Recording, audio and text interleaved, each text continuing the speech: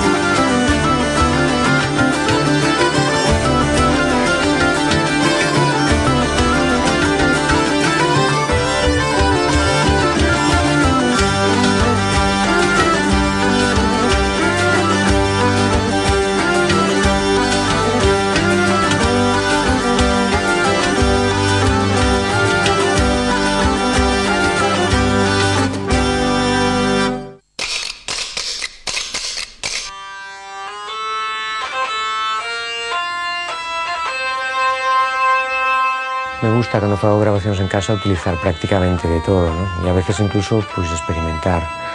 Por exemplo, utilizando cousas tan pouco ortodoxas como un lienzo para facer percusión. Imos acompañar a Anxo. Descubriredes que un bo músico precisa talento e alguén que o entenda. Que tal? Que tal, Anxo? Que tal? Joder, canto tempo.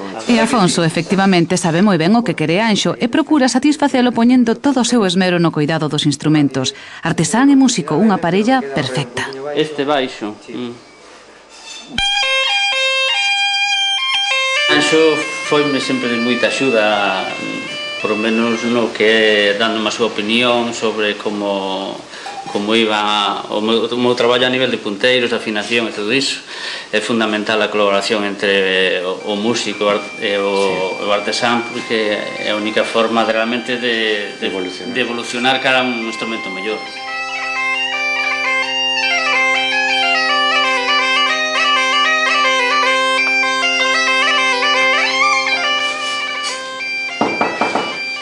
Adiante! Pero Afonso non é o único. Anxo tamén acode a Xaime. A el pediulle un cambio especial. Que, xa está lista? Pois sí, xa lle fixemos a pequena reforma con novo teclado. Parece nova. Parece nova. Limpia a tapa tamén. Limpia a tapa, fixemos unha pequena limpieza. Esa foi a segunda zanfona que fixen. A primeira de do, porque a primeira que fixen foi un modelo grande. Esta foi do modelo pequeno a primeira.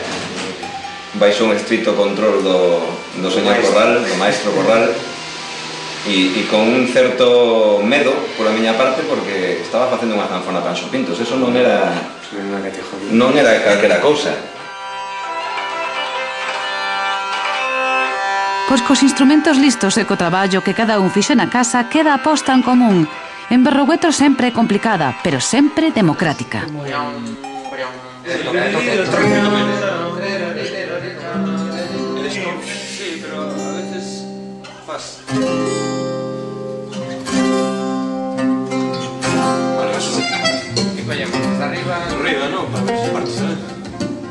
O que se buscamos é que os temas sempre estean mínimamente inacabados para que todo o mundo poida aportar a súa parte e de alguma maneira todos podamos facer ser nosos os temas de todos os membros do grupo.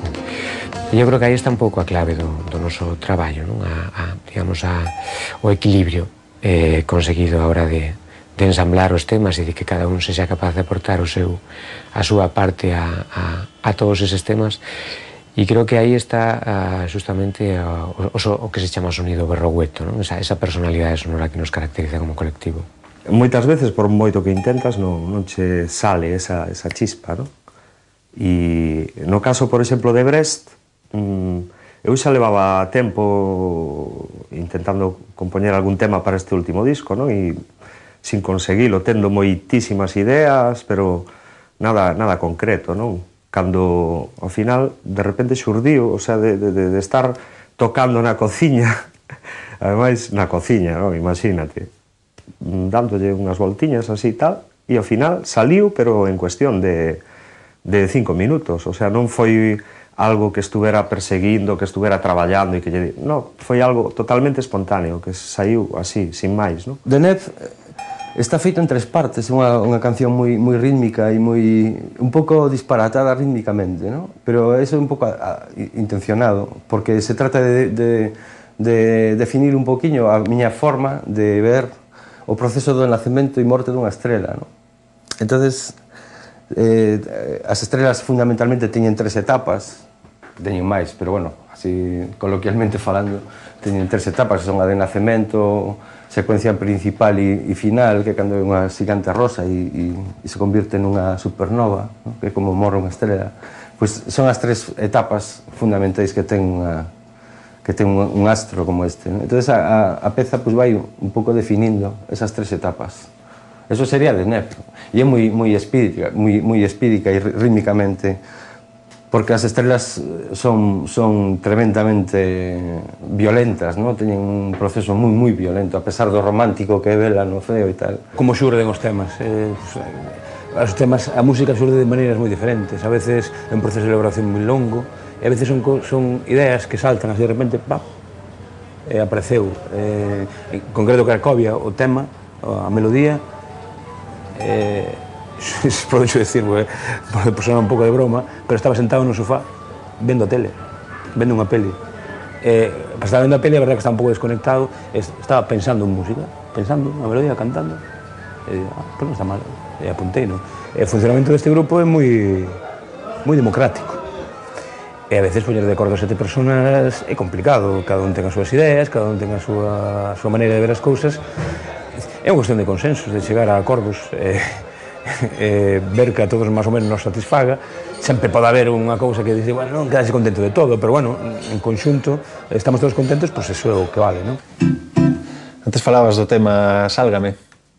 Este é un tema que ten, bueno, unha historia así curiosa, porque en principio iba a ser un tema, eu pensei como tema instrumental, entón cheguei a un ensayo, como sempre, e lles toquei a melodía, lles enseñei os acordes,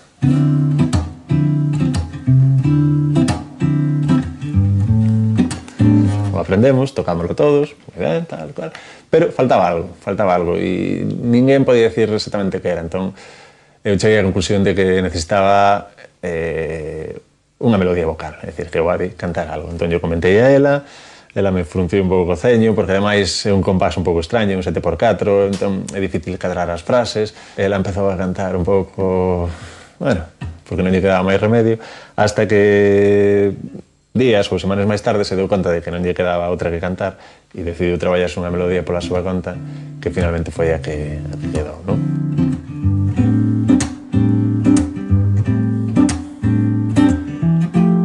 Sálgame